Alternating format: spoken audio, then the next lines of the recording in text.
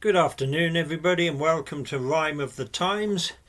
We're back in England now after the trip to Uganda and just catching up. So this is Rhyme of the Times, week ending 4th of March 2023. Hancock screwed. Rishi's coup, which Boris pooed, has von der Leyen wooed.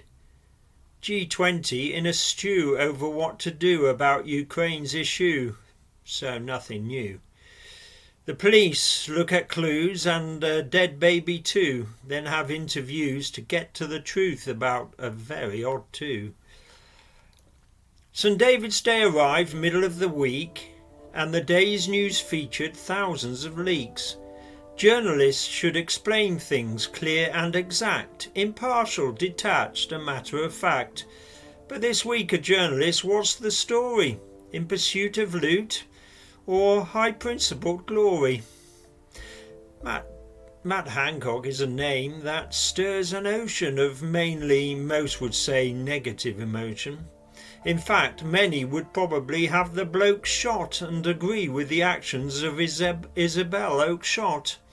For months the Telegraph hack and Hancock had sat writing a COVID tell-all for hapless Matt. The purpose of the pandemic's diaries, we suppose, was to have the truth about the virus exposed. Reasons behind ministerial decisions, the discussions, panic, governmental divisions. Matt opened his heart and opened his phone for Isabel to help him write his tome. So she had access to a WhatsApp cache, and this week she revealed them for honours or cash. Texts were drip-fed in the Telegraph every day, contravening her own signed NDA. He went to the jungle and all that entails, camel penis for lunch and other entrails. Now he suffered the ultimate betrayal in order to pen his memoirs with pitiful sales. For those that still heap blame at his door, such purgatory he deserves and much more. His pleas for redemption cause more offence. They'll never accept his version of events. That he just did his job, albeit not well, till into Gina's arms he fatally fell. Matt's camp says the leaking is just meant to send a message to back an anti-lockdown agenda. Sue Gray is a name that we all associate with the report that she wrote about Partygate. Now some think Sir Keir is having a laugh by making the civil servant his chief of staff. Boris fans now saying her damning report was perhaps not as impartial as we'd all thought. For 2 days the G20 met in New Delhi. Top of the agenda, Vladimir Yellow Belly. But progress was pretty non-existent, with the host nation and others quite resistant to openly admonishing Russia's invasion for the sake of their own self-preservation. Prime Minister Modi spoke from the chair and was clearly too scared to poke the bear. Short-term self-interest evident everywhere. Trade deals and security mean many won't dare to prod a paranoid bully that doesn't care. For the embattled Ukrainians, it just doesn't seem fair. The British media and public never fail to be intrigued by a strange domestic tale, and this week a sex offender and an aristocrat, Mark Gordon and Constance Martin, gave us just that. For 54 days the couple had been flitting, spotted here and there all over Britain, on the run with a baby seeking peace together. Now the police are left trying to piece together exactly what seems to have transpired since the 5th of January when their car caught fire. The couple were caught in Brighton Monday night, but their newborn baby was nowhere in sight. On Wednesday its remains were found nearby, several weeks it seems after it had died.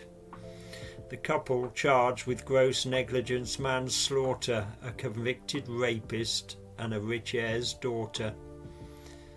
On Monday, Sunak had a visit from van der Leyen. Ursula came with optimism, there's no denying.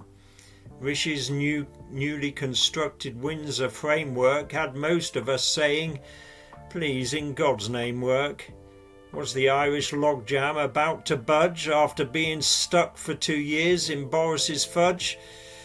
Well, the Commons thought so, as did the EU. In fact, many gave a collective few.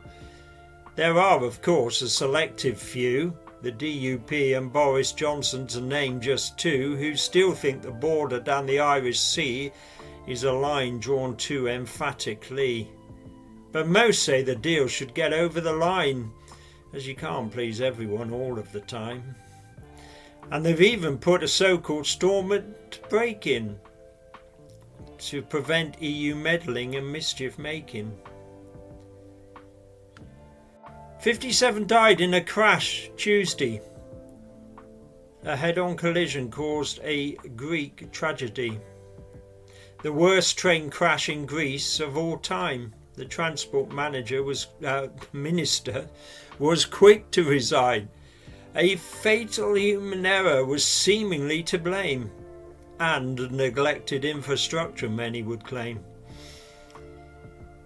The final part of the report this week was seen on the Manchester Arena bomb of 2017. Almost 6 years on, big questions now asked on events leading up to that suicide blast. 22 victims died, but would they still be alive if action had been taken by MI5? Some intelligence, it seems, was not acted upon that could have stopped Abidi and his deadly bomb. With easy access to adult words and scenes, children grow up quicker now, or so it seems. But in England and Wales this week it was deemed that the age for marriage should be raised to 18. Busy times ahead for Gretna Green.